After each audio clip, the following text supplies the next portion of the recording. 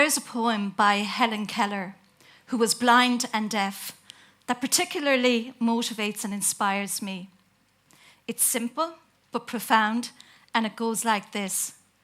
I am only one, but still I am one. I can't do everything, but still I can do something. And just because I can't do everything, that will never stop me from doing the something I can do. What is the something I can do? What is the something you can do? What can I do? 4 short words, 1 simple question, I believe can radically change the world, empowering us all, but especially empowering our younger generation. It's been my great privilege to be principal of Eglish Primary School, currently one of 19 DCU, Dublin City University, changemaker schools in Ireland. Changemaker schools are underpinned by the simple idea that every young person has the potential to be a change maker. If given the opportunity and the space to develop a skill set that will allow them to unleash the full potential in themselves, they can be active agents in changing their world for the better. They can be change makers. Changemaker Schools is a global network of schools with the common aim of transforming the experience of education for young people by developing and nurturing in them change-making skills of creativity, leadership, teamwork, and empathy. These are some of the well-researched skills our children will need to survive and thrive in school, in workplaces, and in life in the 21st century. In our school, we focused on developing these skills in a variety of different ways, but one very simple, potentially life-changing, change-making and easily integratable approach we've taken is rooted in how we use and encourage our students to use that question, what can I do? When faced with any new challenge, be it a disagreement on the schoolyard, a challenge for the local community, or even a maths problem, we encourage all of our students to begin by asking, what can I do here? So how does this look in practice? Well, one day, I was the supervising teacher on duty at break time when Jane, 5 years old, came running up to me. Teacher, Thomas stole my apple. He's always taken my things, and I know he doesn't like me, and he won't give it back. And he stole my orange last week, and by the way, he stole my pencil before. Okay, so ask yourself the question. But he's always taken my things, and he looked funny at me in class before, and I said, what are you looking at? And he said, I don't know, but whatever it is, it's looking back. And I didn't like that. Okay, so ask yourself the question. But he's always taken my things, and my mom said his mom is always saying bad things about my granny. Okay, and the question?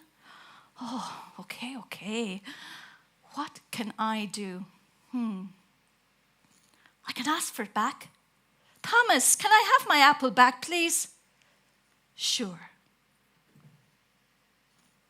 This may seem like a simple scenario with a simple solution, but how often do we teachers, parents, adults rush in to solve our children's dilemmas for them without listening or giving them opportunities and space to listen to themselves? How often do any of us invent or exaggerate stories, turning molehills into mountains, when an answer to that simple question, what can I do, could solve a problem promptly, allowing us to just move on? Blaming others is such a waste of time, isn't it? I know, because I've wasted a lot of time in my own life blaming others for things they didn't even know I was blaming them for. Like Thomas. He had simply borrowed Jane's apple to play an imaginary game of William Tell.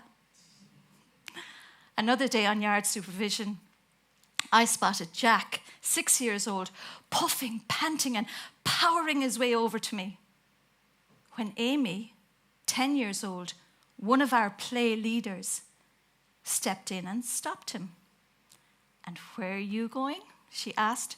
"I'm going to tell teacher that John said a bad word to me again." What Amy said next was interesting. She said, "If I were you, I'd sort that out myself, because you know what she's going to do? Nothing." "Really?" I said to Amy later. "You think that I would do nothing?" "Well," she said, "you'll probably ask yourself that question. What can I do? And then you'll do nothing." Oh, Amy, as a teacher, do you know how hard it is to do nothing? As a parent, do you know how hard it is to do nothing? I work really hard at doing nothing so that you can be empowered to do more. Amy looked at me a little bit funny and walked away.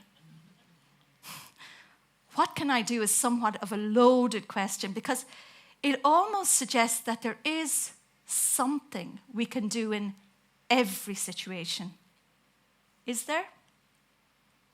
I believe so, because even if the answer is no, there is nothing I can do here, then at least that's an active decision to do nothing. The next logical step might be to ask for help or just let it go. A few years ago in our school, some relatives of some of our students died around the same time. For some, grandparents, and for others, an aunt just 32 years old. As I stood in front of the students that morning at assembly, I admitted that I too was sad and struggling with that question. What can I do? After some silence, a 7-year-old girl, a relative of one of the deceased, stepped forward. "I know what I can do," she said. "I can pray. I can say a prayer for the people who died and their families." Suddenly, a strange but strong and certain thing happened. It was as if an invisible blanket of helplessness was lifted. We no longer felt utterly helpless and hopeless in the face of one of life's greatest challenges, death. Perhaps it's that fear and feeling of not being able to do something that renders us helpless and more fearful. So, what if we approached and supported our young people to approach every situation in life with a can-do attitude? This is where real, deep, meaningful resilience, confidence, and self-efficacy is built. Imagine if everyone, each one of us, was confidently contributing from a place of our strengths. What we can do. What difference might that make to us as individuals, to our families, our communities, our work teams? Imagine a world of leaders listening and doing what they can do for the good of the people they serve. One thing we've always loved to do in our school is to go for nature walks outside of our school grounds. Unfortunately, there have been many occasions when we've spotted litter thrown along our lovely country lanes. We could blame, complain, speculate about who is littering. But instead, we choose to do what we can do.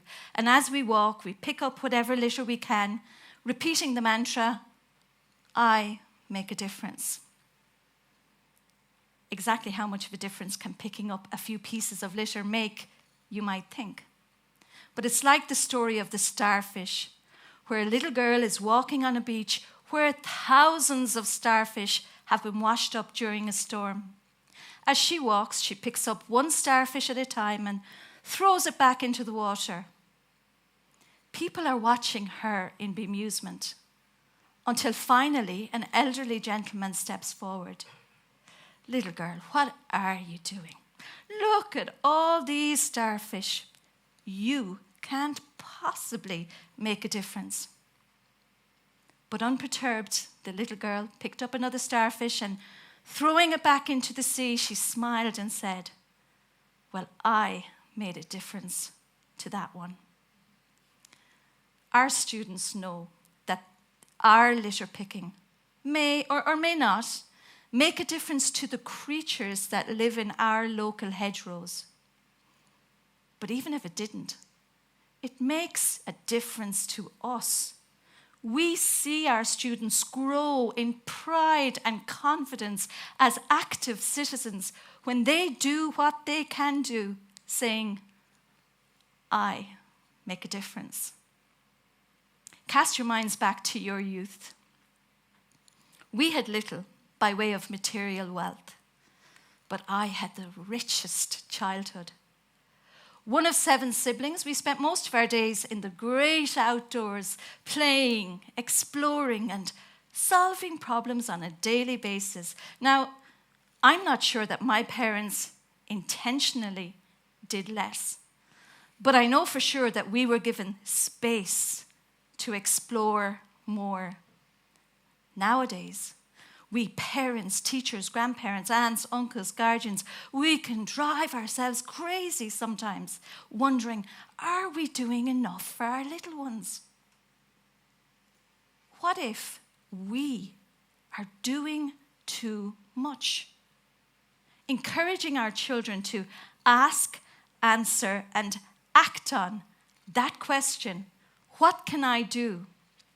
can help lift a smothering blanket of learned helplessness, dependency, and anxiety. It sends a clear and powerful message to our children that we trust them and believe in their innate, unique abilities to solve problems. And believe me, from my experience, they can often come up with way more innovative solutions than our adult imaginations could offer.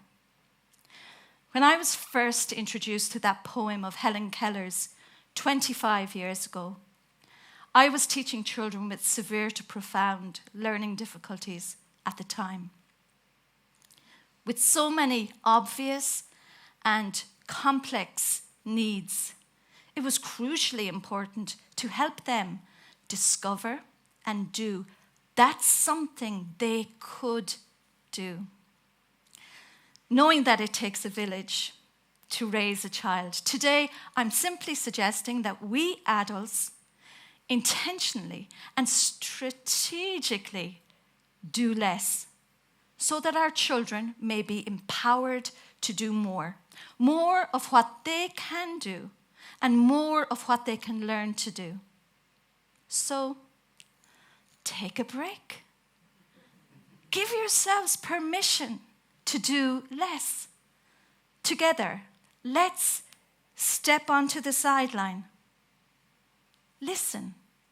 Create the space to lovingly let our little ones lead the way, with us as their loudest cheerleaders. That's what we can do. What can I do? 4 short words. One simple question I believe could radically change the world, empowering us all as change makers, but especially empowering the future, our younger generation. Thank you.